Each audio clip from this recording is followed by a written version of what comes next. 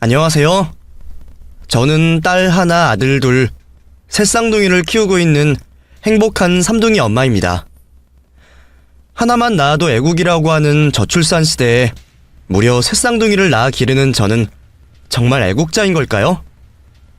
물론 저도 딱히 애국을 하려고 아이 셋을 낳은 건 아니지만 오랜 기다림 끝에 정말 기적같은 축복 덕분에 사랑스러운 아기 천사를 셋씩이나 얻게 되었습니다.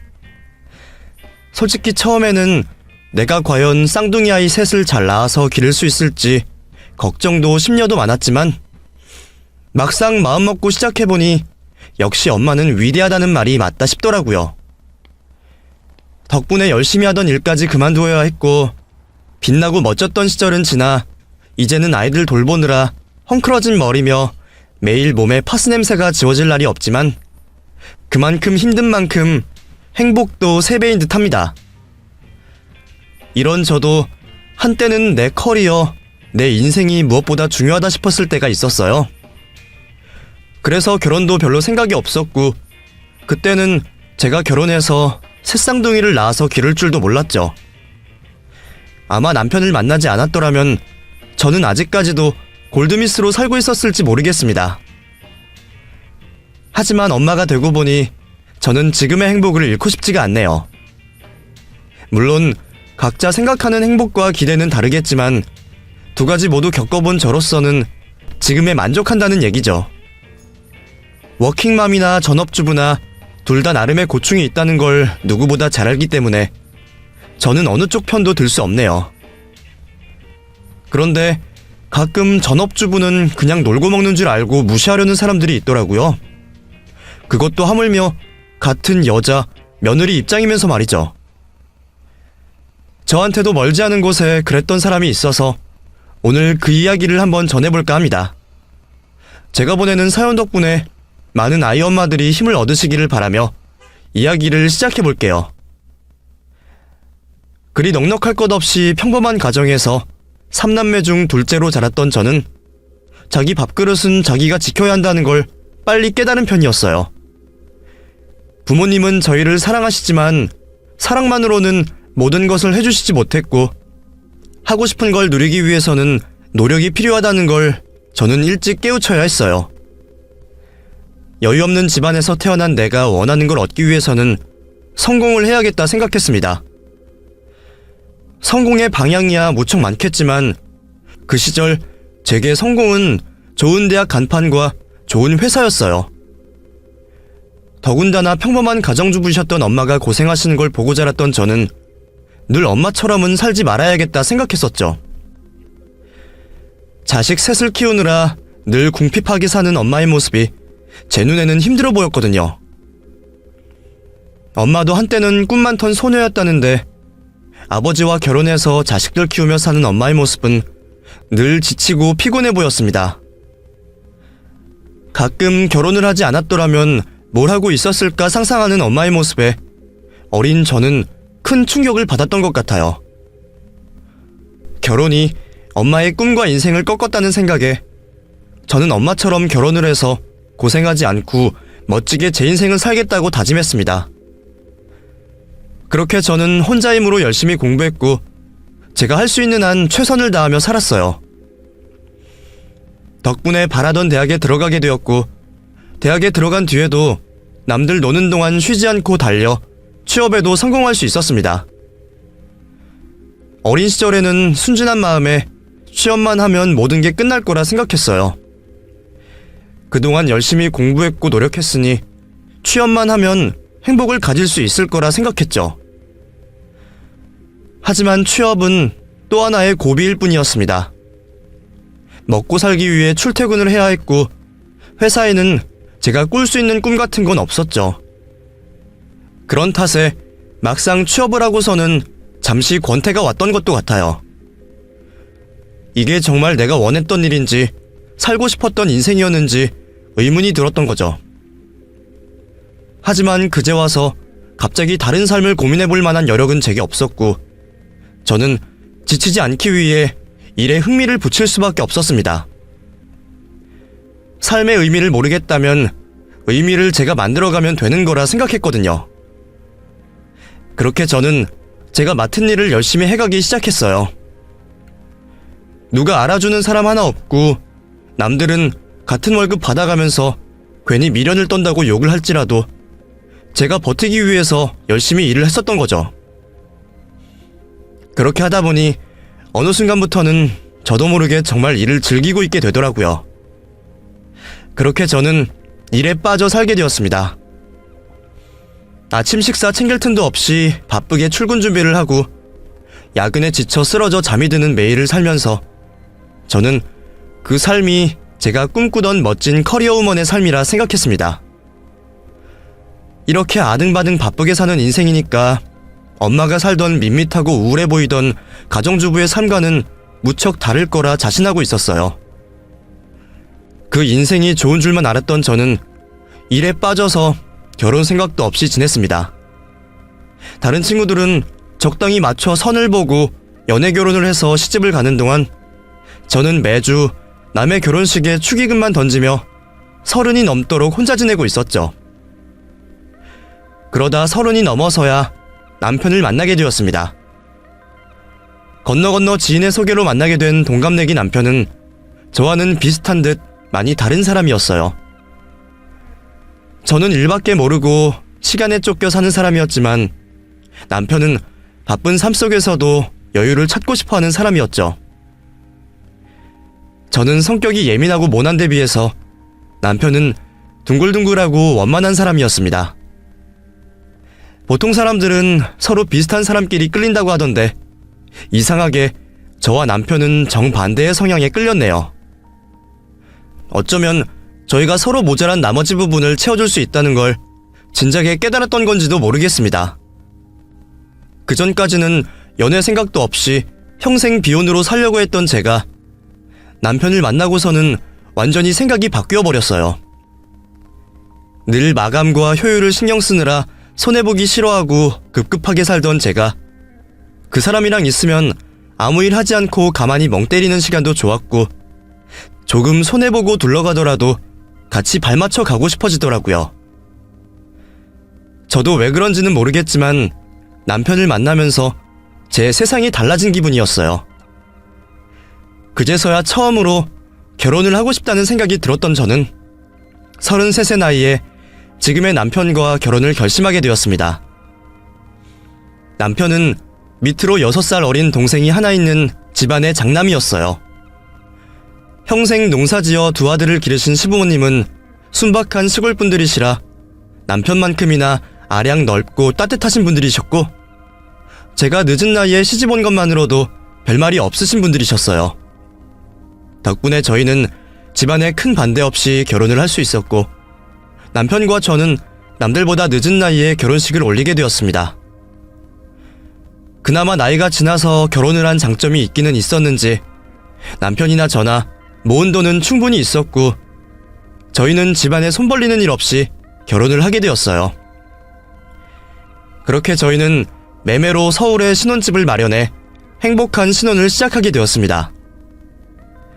시골에 계신 시부모님은 아들 둘 키워놓고 크게 걱정하시는 분들도 아니셨고 며느리에게 바라시는 게 많으신 분들도 아니셨어요. 자라서 떠난 자식들은 각자 자기 모양대로 살기 마련이라며 니들 알아서 예쁘게 살으라고 덕담이나 해주시는 감사한 시부모님이셨죠. 늦은 나이에 생각도 안 했던 결혼을 한 것 치고는 정말 좋은 시부모님을 만난 거라 생각했습니다. 그래도 저는 장남과 결혼한 맏며느리였고 시부모님이 시키시지 않아도 알아서 며느리 도리를 잘하고 싶었어요. 시댁이 멀다 보니 바쁜 저희가 자주 내려가 찾아뵙지도 못하는데 그나마 안부 전화라도 종종 드리고 찾아뵐 때마다 좋은 거라도 해드려야 자식 도리를 하는 거라 생각했거든요. 저희끼리 알아서 결혼했으니 받은 것 없다고 시부모님 모른 척하고 싶지도 않았고 말이에요. 그것도 생각해보면 다 저희 남편 때문이었나 싶습니다. 저희 남편이 처가에 잘하는 것만 보더라도 저는 남편 반의 반만큼이라도 해야겠다 싶었거든요. 어쩔 수 없이 남편만큼 하려다 보니 시댁에 잘할 수밖에 없었고 덕분에 저는 시부모님께 사랑받는 며느리가 될 수 있었죠. 하지만 정작 시부모님이 바라시는 건 비싼 선물도 패키지 여행도 아닌 다른 것이었지만 말이에요. 시부모님이 시골 분들이신데도 며느리에게 이것저것 바라시거나 고지식한 분들은 아니시지만 어쩔 수 없이 나이 있는 며느리를 걱정하셨습니다. 아무래도 결혼했을 때 이미 제 나이가 적지 않았기에 아이 문제가 제일 큰 걱정이셨겠죠. 그래서인지 시어머니는 결혼하자마자 제 보약부터 지어주시면서 말씀을 하시더라고요. 부담 주려고 그러는 건 아니지만 너도 창석이도 나이가 있으니 하루빨리 좋은 소식이 들리면 좋겠구나. 우리는 아들, 딸 구별 없으니 걱정하지 말고 하나만 낳아. 다른 말씀은 일절 안 하시는 분들이 고민하며 그 말씀을 하셨을 걸 생각하니 며느리 입장에서도 기분이 나쁘기보다는 되려 죄송할 뿐이었어요. 물론 저희도 당연히 아이를 가질 생각이었기에 이왕이면 최대한 빨리 좋은 소식을 전해드리겠다고 말씀드렸지만 염려스럽게도 좋은 소식은 금방 전해지지 않았죠. 어머니 말씀처럼 아들, 딸 구별 없이 딱 하나만 잘 낳아서 잘 길러보겠다고 하는데도 늦은 나이 때문인 건지 임신이 쉽게 되지 않았습니다. 그렇게 저희 부부는 결혼하고 몇 년간 난임으로 크게 고생을 해야만 했어요. 그렇다고 막상 병원을 찾아가 보면 큰 문제는 없다고 하는데 왜 기다리던 소식은 찾아오지 않는지 아이를 기다리는 시간이 계속되자 저는 점점 죄책감이 들기 시작했습니다. 이게 다 내가 너무 늦은 나이에 욕심을 부려서 그러는 게 아닌지, 괜히 나 때문에 남편까지 고생하는 건 아닌지, 난임이 전부 제 탓인 것만 같은 생각이 들더라고요. 물론 남편이나 식구들은 한 번도 제 탓을 하신 적이 없었어요. 만약 그런 와중에 시부모님까지 걱정을 하셨으면 정말 제 멘탈이 터져버렸을 텐데, 소식 기다리시던 시부모님도 저희가 노력하는데도 아이가 없는 것을 아시고는 일부러 말을 아끼시더라고요. 그게 정말 감사하고 더더욱 죄송한 저는 아이를 정말 갖고 싶었습니다. 고민하던 저는 결국 더 늦기 전에 시술에 도움을 받기로 결정하게 되었고 힘든 길을 걷게 되었죠. 듣기만 했던 것과 달리 직접 경험해본 인공수정 시술은 정말 쉽지 않더라고요. 매번 시간마다 호르몬제 주사 놓아가며 관리를 하고 그것 때문에 살이 찌고 하루하루 지옥이나 다름없었습니다. 그러면서도 결국 실패를 하고 날 때면 내가 뭐 때문에 이런 짓을 하고 있는 건지 후회스러울 뿐이었죠. 그런 순간에 남편이 없었더라면 아마 저는 진작 다 포기하고 말았을지도 모릅니다. 그렇게 고생하는 저를 보면서 견디기가 힘들었던 건지 남편은 아이 없어도 좋으니 그만 고생하라며 저를 설득하기까지 했었거든요. 하지만 저는 오히려 저를 생각해주는 남편을 보니 더 아이를 가지고 싶더라고요. 결국 그 노력과 마음이 닿았는지 저희는 결혼하고 4년 만에 아이를 갖게 되었습니다. 그것도 무려 새 쌍둥이를 말이에요. 더도 말고 덜도 말고 하나만 성공하기를 바라며 기다렸던 것과 달리 예상치 못한 새 쌍둥이라 당황스럽기도 했지만 저희는 오래 기다린 만큼 행복이 찾아와 준 거라 생각하며 그 행복을 받아들이기로 했어요. 그렇게 저는 새 쌍둥이 임신에 성공했고 저희 집과 시댁에서는 걱정을 곁들인 축하를 보내주셨습니다. 오히려 친정엄마보다 시어머니가 더 저를 걱정하셨죠. 임신을 해서 좋기는 좋은데 새 쌍둥이라니 아가 네가 너무 힘들어지는 게 아닌지 걱정이 되는구나. 괜히 우리 때문에 네가 무리하는 건 아닌가 해서 말이야. 셋을 키우는 것도 그렇지만 품고 낳는 것도 만만치 않을 텐데 내가 옆에서 챙겨주지도 못하고 걱정이다. 괜찮아요, 어머니. 저희도 충분히 상의하고 결정했고 어려울 건 알지만 노력해보려고 해요. 저 한번 열심히 해볼게요. 임신이 어렵던 시기부터 이미 아이를 위해서라면 어떤 고생이던 각오하겠다 다짐했던 저희 부부였기에 그렇게 저희는 새 쌍둥이를 낳아보기로 했습니다. 그래도 나름 마음 단단히 먹었다고 생각하고는 있었지만 막상 겪어보게 되는 건 다른 일이었네요. 원래 임신이 그렇게 힘든 건지 저는 임신 초기부터 무척 고생을 해야 했습니다. 입덧에 먹덧에 아주 정신없이 휘몰아치는 탓에 하루하루가 죽을 맛이었어요. 제가 평균보다는 늦게 임신을 한 탓에 그동안 저보다 어린 후배들이 임신하는 걸 보기만 했는데 그 친구들은 어떻게 이걸 견디며 회사를 다녔을까 싶더라고요. 나보다 더 어린 친구들도 회사 눈치 보며 그 고생을 했을 걸 생각하니 제가 더 힘든 소리를 못하겠는 거죠. 그때까지만 해도 아이들을 위해 완전히 저를 내려놓지 못했던 저는 어떻게든 회사 생활을 이어가 보려 이를 악물고 버텨냈습니다. 그래도 주변에서 노산이라며 많이들 배려해준 덕분에 잘 견딜 수 있었던 것 같아요. 특히나 시골에 계신 시어머니가 거의 매주 서울에 왔다 가실 정도로 저를 챙겨주셨거든요. 제가 어머니 음식을 좋아하는 걸 알고 입덧하는 며느리 뭐라도 먹여보려고 올라와서 음식만 두고 가시던 시어머니셨죠. 그런 시어머니를 생각해서라도 저는 무사히 임신 기간을 견딜 수밖에 없었습니다. 그렇게 10달을 꽉 채운 저는 예정일에 맞춰 무사히 새 쌍둥이를 출산할 수 있었어요. 그리고 남편과 오랫동안 상의를 한 끝에 제가 휴직을 하고 새 쌍둥이를 기르기로 결심했죠. 사실 새 쌍둥이를 가지기 전까지는 제가 휴직까지 할 생각은 전혀 없었습니다. 출산 휴가와 육아휴직이 있으니까 아이 낳고 1년 정도 쉬고 금방 회사로 돌아가게 될 줄 알았거든요. 아이 하나 정도야 맞벌이 하면서 충분히 돌볼 수 있을 거라 생각했는데 그런 제가 갑자기 새 쌍둥이를 가지게 되었으니 상황이 많이 달라진 거죠. 새 쌍둥이들을 키우면서 맞벌이는 절대로 못하겠다 싶었던 저희 부부는 어떻게 해야 할지 고민이었습니다. 처음에는 남편이 어떻게든 육아휴직을 내고 자기가 노력해보겠다는 이야기도 했었지만 그래봤자 1, 2년 남짓한 시간으로 답이 보이지는 않더라고요. 그렇다고 당신 혼자 희생하는 건 말도 안 돼. 당신이 회사 생활 얼마나 열심히 하는지 누구보다 내가 잘 아는데 그런 당신을 그만두라는 소리를 어떻게 해. 차라리 내가 잠시 일을 쉬고 이직을 하는 게 낫지. 그러다가 당신 경력 단절되면 그거 가지고 힘들어하는 것도 못 봐 나는. 제가 그동안 누구보다 열심히 일했던 걸 잘 알던 남편은 제가 아이들을 낳고 기르면서 경력이 단절될까 걱정을 했습니다.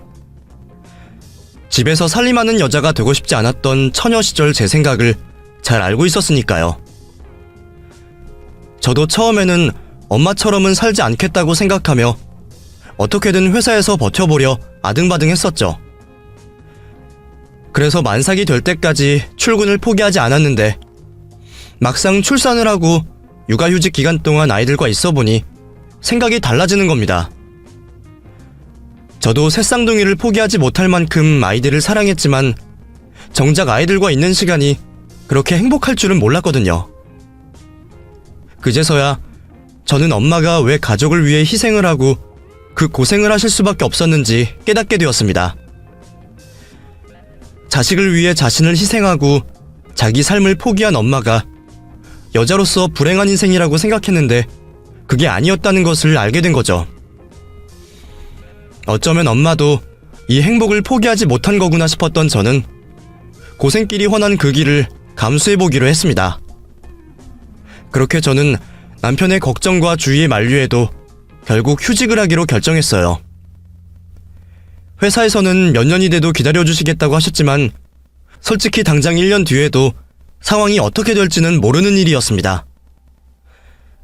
나중에 제가 복직을 할 수 있을지 그때도 내 자리가 남아있을지 확신할 수 없었지만 저는 지금 당장의 아이들과 저의 행복을 위해 휴직을 결정했습니다. 그렇게 아이들이 돌이 되어갈 무렵 집안에는 또 다른 좋은 소식이 들리게 되었습니다. 그동안 결혼 생각 없이 혼자 지내던 시동생이 집에 결혼하겠다는 소식을 전해왔거든요. 저희도 늦게 결혼한 편이라 사돈난말할 처지는 아니지만 시동생도 30 넘도록 별말이 없기에 결혼 생각을 접은 줄만 알았어요.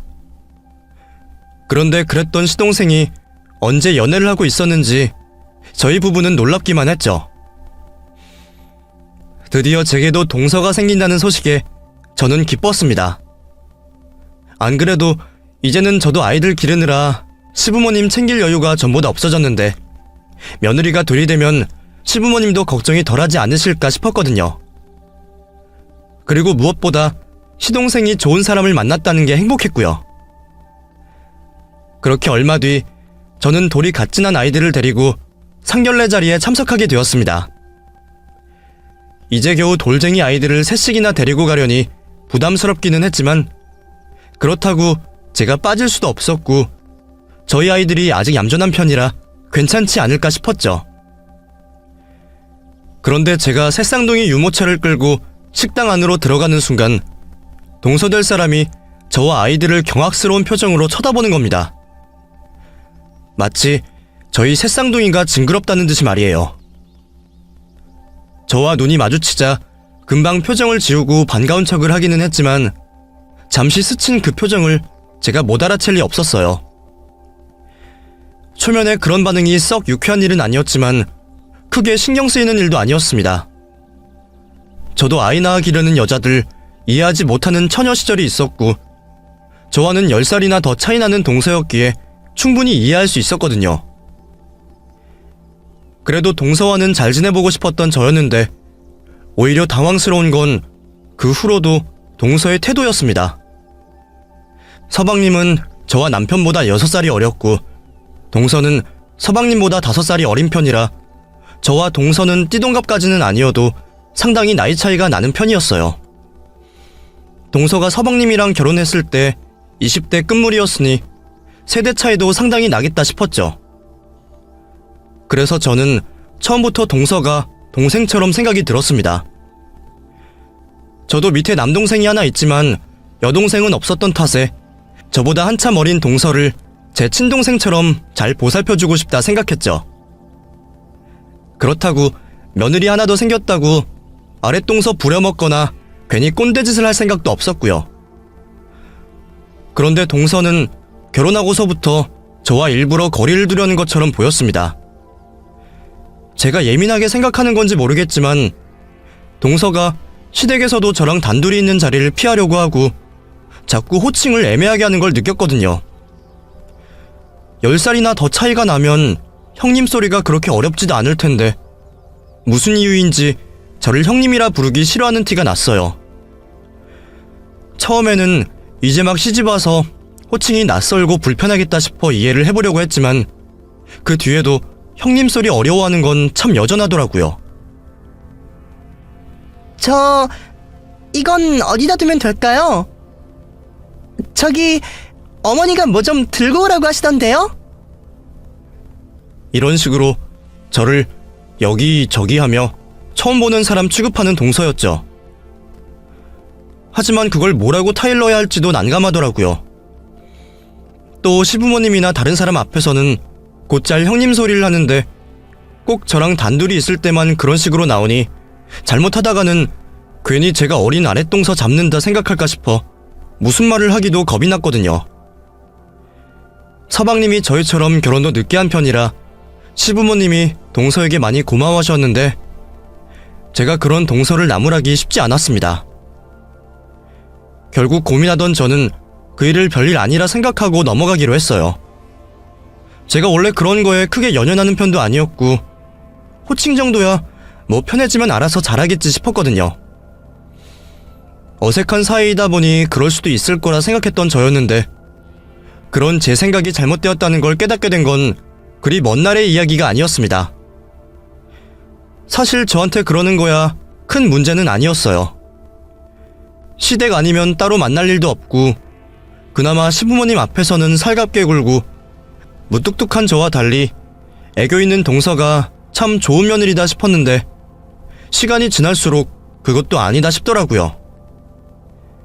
결혼 1년 차쯤 지나니 동서도 긴장이 풀렸는지 은근히 시댁을 무시하고 깔보는 게 느껴졌습니다. 명절이나 시부모님 생신이 있어서 한 번씩 시댁에 모일 때면 만나는 약속을 잡을 때부터 통화하는 목소리에 불만이 느껴지는 거였죠. 동서, 그래서 다음 주 주말에 모일까 하는데 동서 시간 어때? 우리는 금요일 저녁에 미리 내려가서 지낼 건데 동서는 언제 올래? 그거 꼭 지금 정해야 해요? 언제 가던 그냥 식사 시간만 지키면 되는 거 아니에요? 제가 알아서 할게요. 동서가 언제 올지 알아야 식사 준비를 하지. 동서, 뭐 기분 상하는 거 있어? 예? 아니요.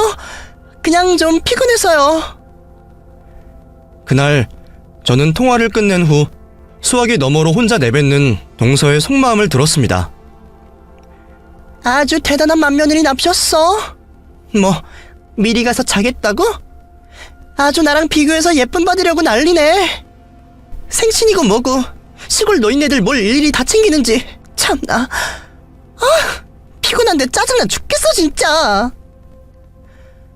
제가 아직 통화를 안 끊었다는 걸 모르는 동서의 외마디 망언을 들으며 어이가 없었지만 그걸 굳이 나무라지는 않았습니다. 아직 한창 신혼인데다가 직장 생활하면 피곤하기도 할 테니 얼마 안 되는 주말 시간 할애해서 멀리 있는 시골 왔다 갔다 하기 싫을 수도 있다 싶었죠. 뒤에서는 나라님 욕도 하는데 시댁 욕은 못할 것도 없다 싶어서 그냥 두었지만 그것도 그때까지는 동서가 시부모님 앞에서는 잘하는 척이라도 했기 때문이었어요. 제 앞에서는 귀찮다는 듯 툴툴거리면서도 막상 내려와서는 시부모님 안마해드리고 애교 부리고 며느리 노릇을 잘하는 걸 보고 참았던 거죠. 근데 얼마 지나니까 그마저도 안 하더라고요. 앞뒤가 다른 가식도 오래오래 끝까지 해내면 능력인 건데 동서 말처럼 못 모르는 시골 노인네들한테는 그런 노력도 필요 없다는 건지 어느 순간부터 무심한 동서의 모습을 자꾸 보게 되었습니다. 1년에 몇 번이나 보지도 않으면서 시댁 내려와서는 만사 귀찮다는 것처럼 심드렁하게 앉아있고 서방님이 운전하는 차 타고 내려오는 내내 자기는 멀미했다며 짜증해 심지어 서울 출신 며느리들 앞에서 항상 시골집 부끄러워하시는 시부모님 앞에서 시골 소똥 냄새 난다고 투정 부리는 걸 보니 동서가 어른이 맞나 싶더라고요. 아무리 어려도 할 말 못할 말은 가릴 줄 알고 철없는 소리도 적당히 해야 할 텐데 초등학생도 안 할 행동을 생각 없이 하는 동서의 모습에 저는 할 말을 잃었습니다. 자기가 그런다고 순진한 서방님이나 시부모님이 자기를 나무라지 않을 걸 알았던 거죠. 그게 얼마나 얌체 같고 얄밉던지 저는 그런 동서를 언젠가 제대로 타이르려고 벼르고 있었어요. 그동안은 나도 같은 며느리 입장에서 웬만하면 잔소리 같은 건 안 해야지 했었는데 시부모님이 아무 소리 안 하고 서울 며느리 어려워하는 걸 알고 시댁 무서운 줄도 모르는 동서가 잘못됐다 싶었거든요. 심지어 시어머니 앞에서 시어머니 말씀에 대놓고 콧방귀를 뀌는 걸 보고 시어머니보다 제가 더 화가 났으니까요. 그런 철없는 동서 모습에 점점 감정을 쌓고 있던 제가 기어이 폭발하는 날이 오고 말았습니다. 그건 동서가 결혼한 지 불과 2년 만의 일이었어요. 동서가 결혼하고 첫 해 명절은 시부모님이 많이 배려해 주셨어요. 동서가 와도 음식 같은 걸 일절 시키지도 않고 손에 물 한 방울 안 묻히게 하시더니 결혼하고 첫 명절이니 친정부모님 기다리실 거라고 하루도 안 되어 올려보내셨거든요. 저는 왔던 길이 아쉬워서라도 하루는 있다가 갈 줄 알았더니 동서는 먼저 가보라는 시부모님 말씀에 대꾸도 없이 홀랑 올라가 버리더라고요. 저한테도 늘 친정 가라며 떠미시는 시부모님이시라 그런 걸로 서운한 말씀 안 하시는 분들이란 건 알지만 그래도 오랜만에 보는 자식 며느리 금방 보내려면 얼마나 아쉬우시겠어요. 그래서 다음 명절 때는 그래도 좀 이따 가려나 했더니 다음 명절에는 연휴에 맞춰서 놀러 갈 거라며 시댁에 통보를 했더랍니다. 아가, 둘째네가 이번에 여행 간다고 못 온다 그러더라. 그러니까 혹시 니들도 볼 일 있으면 볼 일 봐라. 괜히 너 혼자 내려올 거 없어. 동서 여행 가니까 못 온다고 저더러도 놀러 가려면 가라고 하시는 시어머니 전화에 저는 동서가 기가 막혔죠. 뻔히 시댁 제사 있는 줄 알면서 1년에 2번이는 명절에 상의도 없이 자기 마음대로 여행을 가겠다고 통보를 했다니 말이에요. 그때도 제가 어머니 대신 동서한테 얘기를 할까 했었어요. 그런데 어머니가 저랑 동서 사이 멀어질까 싶으신지 한사코 말리시더라고요.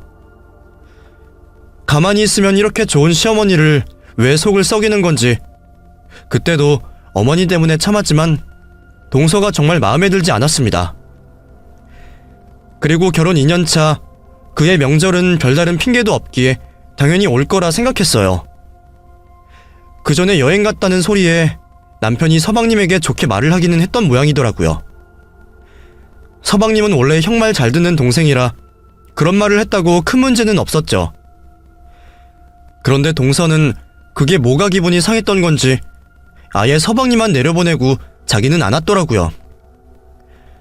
싸우고 내려오기라도 한 건지 잔뜩 풀죽은 표정으로 난감해하며 혼자 온 서방님의 모습에 온 식구들이 경악을 했습니다. 시부모님도 그제서야 한숨을 푹 쉬시더라고요. 시부모님도 동서가 시댁을 무시해서 그런다는 걸 아시는 거죠. 사실 대기업에 다니던 동서는 커리어우먼처럼 자기 관리 잘하고 대기업 다니는 자신을 무척이나 자랑스러워하고 그런 자신의 인생을 사랑하는 듯 했어요. 그래서 시골에서 농사짓는 시부모님을 무시하고 집에서 아이들 키우는 저를 무시했던 걸 잘 알고 있었거든요. 그래도 참았던 저였는데 시부모님 속상하신 모습에 뚜껑이 열린 저는 동서에게 전화를 할 수밖에 없었습니다. 동서, 이게 지금 뭐 하자는 거야? 우리가 1년에 몇 번이나 본다고 명절에 안 오는 게 어디 있어? 그것도 시부모님한테 전화도 없이. 이건 경우가 아니지 않아? 그렇다고 형님이 뭐라고 하실 것도 아니잖아요. 어머님, 아버님도 가만히 계시는데 왜 형님이 나서고 그래요? 뭐? 그럼 내가 윗사람인데 동서한테 이런 말도 못한다는 거야? 시부모님이 성격이 좋으셔서 말씀 못하시는 걸 내가 대신하는 건데 그것도 못마땅해? 그럼 어디 지금 아버님더러 직접 전화해서 혼내라고 말씀드릴까? 뭐 하시는 거예요, 지금? 제가 어리다고 무시하는 거야 뭐예요? 어디서 못된 형님 노릇을 하고 있어요? 짜증나니까 전화하지 마세요. 하지만 동서는 호락호락하지 않았죠. 저더러 못된 형님 노릇한다며 발악하던 동서는 제 전화를 무시하듯 끊어버리기까지 했으니까요. 결국 그 일로 저도 마음이 상했고 그 후로 저는 동서와 거리를 두며 지내려고 했습니다. 하지만 동서는 윗사람한테 성질 부리고도 분이 안 풀리는 건지 제게 대놓고 시비를 걸어오기 시작했죠.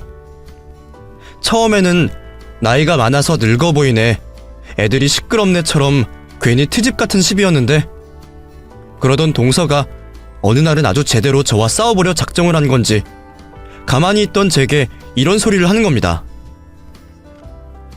근데 형님은 언제까지 집에서 쉬실 거예요?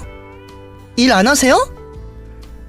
글쎄, 욕심 같아서는 애들 초등학교 들어갈 때까지는 같이 있어주고 싶은데 그건 또 너무 욕심이겠지? 나도 아직은 잘 모르겠어. 1년만 하다가 벌써 3년째가 됐네. 너는 거 안 지겨우세요? 놀다니. 나도 집에서 바빠. 애 새 키우는 게 뭐 쉬운 줄 알아? 에이, 솔직히 애들은 핑계 아니에요? 갓난쟁이 때나 저 딸라고 엄마 찾겠지만 지금은 어린이집 보내면 애들끼리 잘 클 것 같은데 원래 그런 거 다 여자들 핑계잖아요. 그래놓고 남편 등에 빨대 꼽고 형님은 집에서 애 키우고 놀면 안 쪽팔려요? 내가 혼자 새쌍둥이 돌보는 게 장난인 줄 아는지 동서가 저더러 그런 막말을 하더라고요. 그전에도 은근히 제 속을 긁고 사람들 무시하고 다니던 동서를 알기에 철이 없어서 그렇겠지, 뭘 몰라서 그렇겠지 하고 생각했는데 생각이야 자기 좋을 대로 할 수 있다고 해도 설마 제 앞에서 그런 소리를 대놓고 할 줄은 몰랐습니다. 저도 저희 엄마처럼 안 살겠다 다짐했었지만 그게 엄마를 무시해서 그런 건 아니었거든요. 엄마가 얼마나 고생하고 힘들게 사셨는지 누구보다 잘 아니까 그게 싫어서 그랬던 거죠. 근데 감히 애 셋 키우는 나를 무시하는 동서를 보려니 저도 더는 못 참겠더라고요. 동서, 지금 무슨 소리를 하는 거야? 동서가 아직 어려서 뭘 모른다 싶어 이해하려고 했는데 방금 건 도를 넘는 거 아니야? 뭐가요? 제가 뭐 못할 말 했어요? 솔직히 맞는 말이잖아요. 애 핑계로 넣는 거 제 입장에서는 좀 한심해 보여서요. 형님도 비싼 돈 들여서 대학 나오고 취업했던 거일 텐데 그 노력이 안 아쉬워요? 나 같으면 대학 등록금 내주신 부모님한테 죄송해서라도 계속 일할 것 같은데. 하긴 회사도 회사 나름이긴 하겠네요. 아무래도 저는 대기업이라 그런지 쉽게 그만둘 생각은 잘 안 들더라고요. 그래서 저는 애 생겨도 계속 회사 다닐 거거든요. 동서 생각이 어떻든 내가 알 필요 없는데 그걸 당사자 앞에 들으라고 내뱉는 건 싸우자는 거야, 뭐 하자는 거야? 나한테 무슨 소리가 듣고 싶어서 그런 소리 하는 거야? 그동안은 어린 동서라고 내가 많이 봐줬는데 내가 계속 좋은 말만 하니 이제 내가 만만해? 아주 작정하고 해보자 이거야? 누가 언제 봐달라 그랬어요? 진짜 웃겨. 같은 며느리 처지에 나이 좀 많다고 유세야 뭐야. 형님이 뭔데 봐주님 아니에요. 봐주지 말던가. 그러면 어쩌시려고요? 자기가 시부모님이야? 꼰대야 뭐야 진짜. 나 참 진짜 웃기지도 않아. 좋게 타이르고 정리하려고 하는데도 여전히 버릇없는 동서의 태도에 저도 정말 진절머리가 났습니다. 그동안은 식구니까 같은 며느리 입장이니까 하며 어떻게든 이해하고 감싸주려고 했던 동서였는데 아무리 철이 없어서 그런다고 하기에는 동서가 선을 넘어갔다 싶더라고요. 동서 말처럼 내가 동서 시부모님도 아니고 동서가 내 친동생도 아닌데 내가 저런 아나무인을 어디까지 참아줘야 할까 싶었죠. 자기는 대기업 다니면서 커리어우먼으로 사는데 나는 집에서 추레하게 애나 키운다고 무시를 하는 동서를 따끔하게 혼내주고 싶었습니다. 그래서 저는 다음날 곧바로 동서네 회사에 전화를 걸었어요. 그러자 동서가 퇴근하자마자 저를 찾아와 두 손이 발이 되도록 싹싹 빌어야 했죠. 형님, 제가 잘못했어요. 제가 그러려고 그런 게 아닌데 제가 아직 철이 덜 들어서 그래요. 형님, 제 마음 아시죠? 무슨 마음? 동서가 나랑 시댁 식구들 무시하는 마음? 그건 아주 잘 알지. 그래, 동서는 멋들어지게 대기업 다니는 인재니까 식구들 무시해도 괜찮겠지. 안 그래? 아니에요. 제가 무슨요. 저 식구들 안 무시해요. 제가 무시당해야 마땅하죠.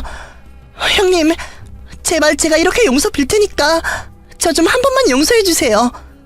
저 앞으로 진짜 잘할게요. 네? 다들 그렇게 경우 없고 기고만장하던 동서가 갑자기 왜 저러실까 궁금하실 겁니다. 남의 회사에 전화 한 통 했다고 무슨 일이 벌어질까 싶으셨겠죠. 사실 거기엔 그만한 이유가 있었어요.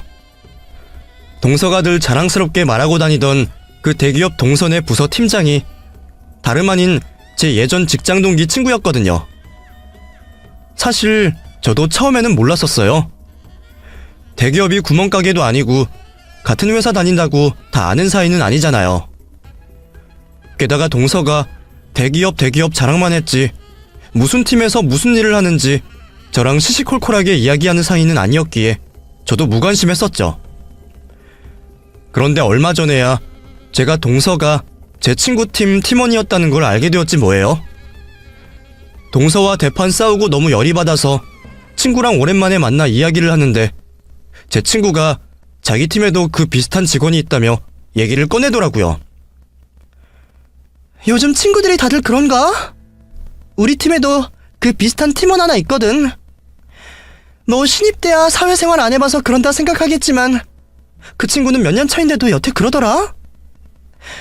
그래도 무슨 재주인지 운까지 대리까지는 달았는데 솔직히 잘 모르겠어 나는. 어머, 그럼 진짜 요즘 애들이 다 그러나? 그 팀원은 이름이 뭐야? 그러다가 우연의 일치인지 두 사람 이름이 똑같다는 걸 알게 된 순간 저는 그 팀원이 동서라는 걸 알아차렸습니다. 뒤늦게 사실을 깨닫고 우리가 그걸 여태 왜 몰랐을까 했더니 그 친구가 저희 동서 결혼식에 참석하지 않았더라고요. 친구가 비혼주의라 남의 결혼식에 잘 참석하지 않고 추기만 하기도 하지만 그때 마침 해외 출장이 잡혀 있었다더라고요. 그리고 친구가 2년 전에 팀장으로 승진해서 동서를 만났기 때문에 그 전에도 동서를 알고는 있었지만 같은 팀원이 된 건 얼마 되지 않았고요. 그런데 어떻게 이런 우연이 있나 싶은 거죠. 세상에, 진짜 세상 좁다. 그 지수씨가 너네 동서일 줄이야. 어머머, 그럼 진짜 그 싸가지가 어디 안 가는구나? 어째 이제라도 내가 좀 혼내줄까? 안 그래도 평소에 회사 생활하면서 얌체처럼 굴어서 눈여겨보고 있었는데 회사 생활 힘들게 해줘봐? 됐어. 뭘 유치하게 한참 어린 동서한테 그래. 그냥 동서도 철들면 알겠지. 아니면 내가 나중에 제대로 날 잡고 얘기라도 해보던가.